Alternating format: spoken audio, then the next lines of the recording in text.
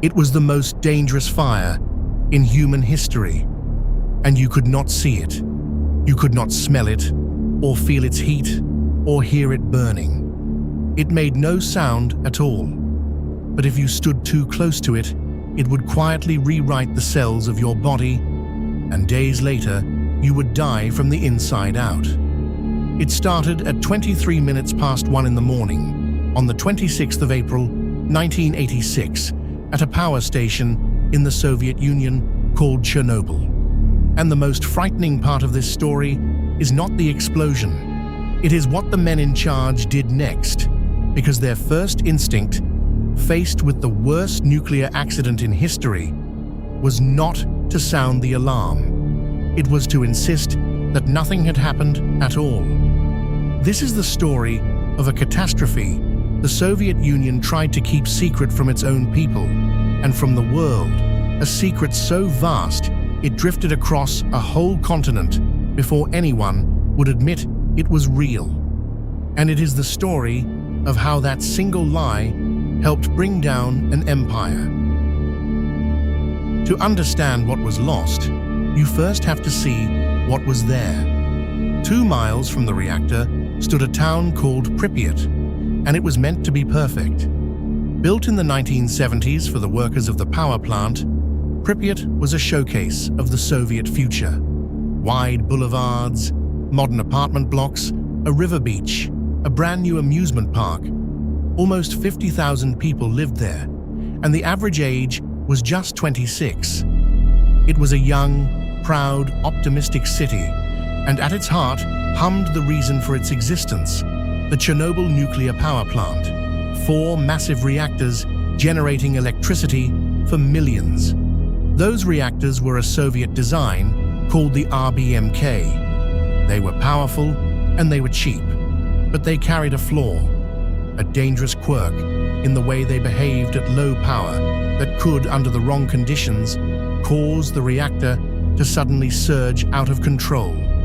The engineers who built them knew, and the Soviet state had done what it did best with an inconvenient truth.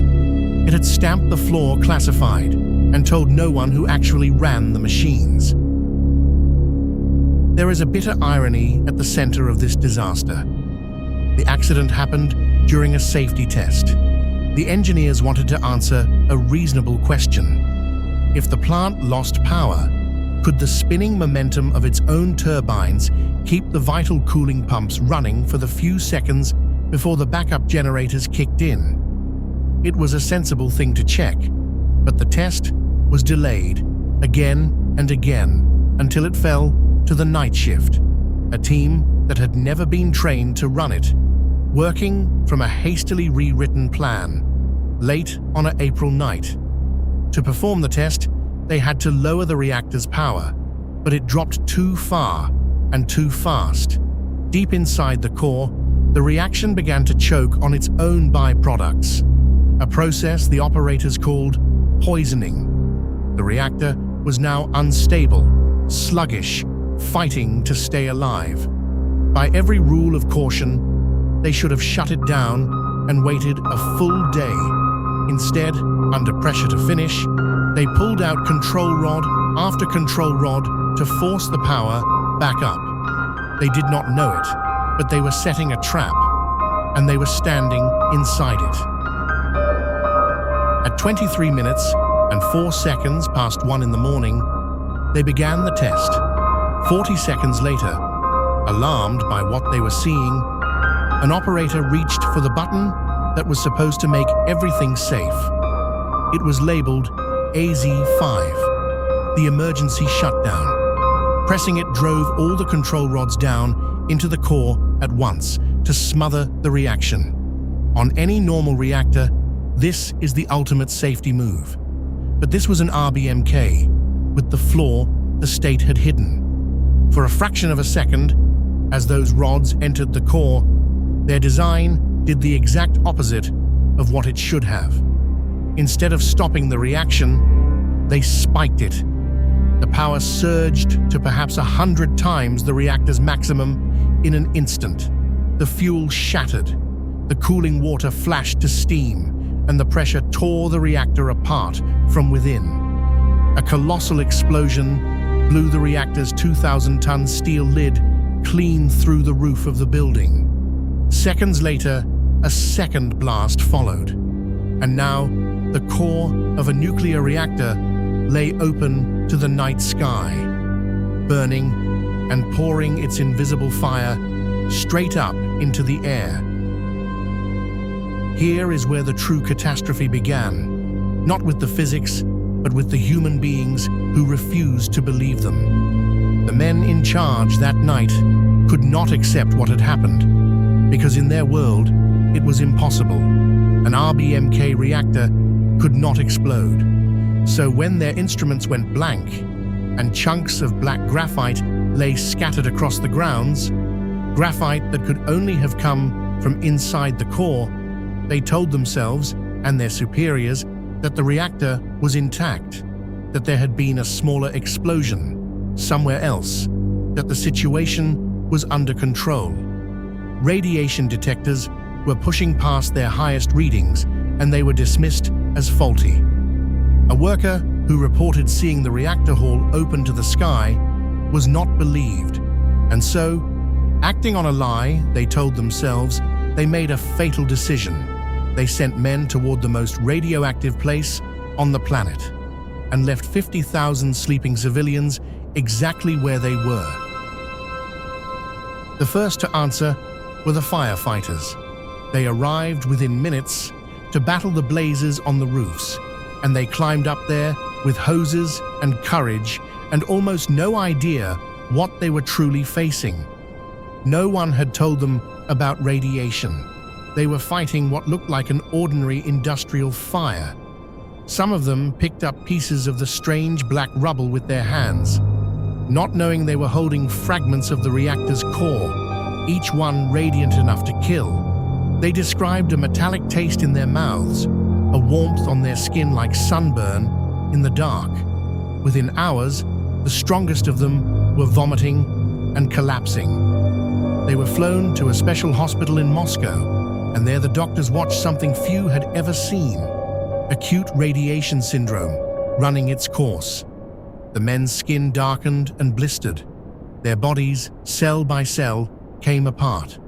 Many were dead within weeks, and so radioactive that they had to be buried in coffins lined with lead beneath concrete.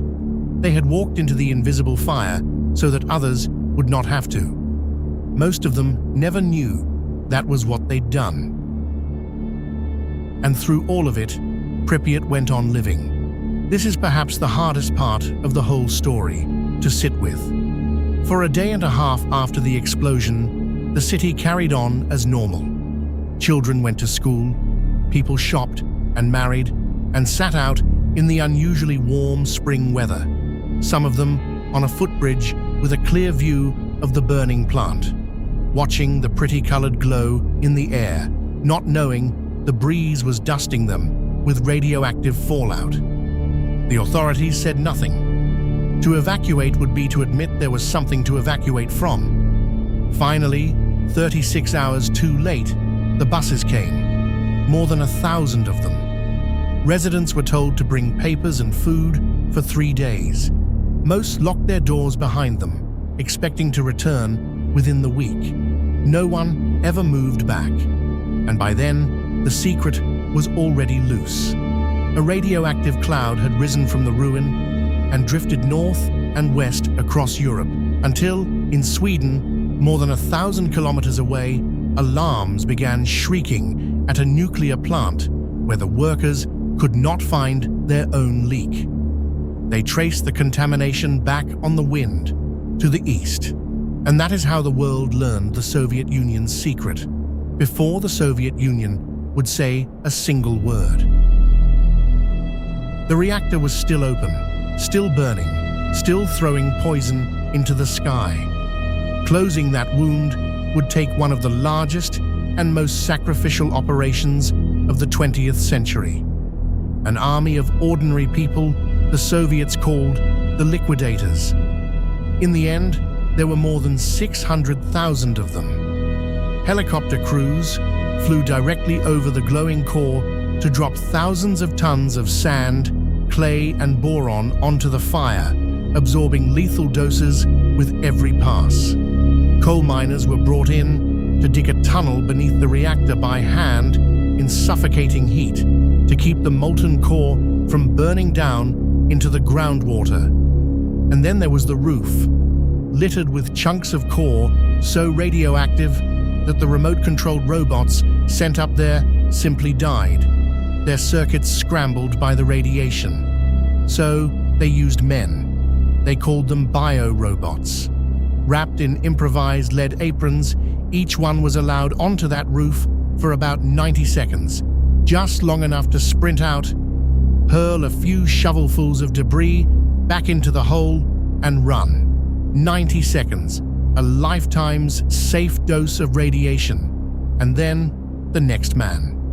Thousands took their turn, and when the fire was finally smothered, they buried the whole ruin inside a hastily built shell of steel and concrete, a tomb they called the sarcophagus.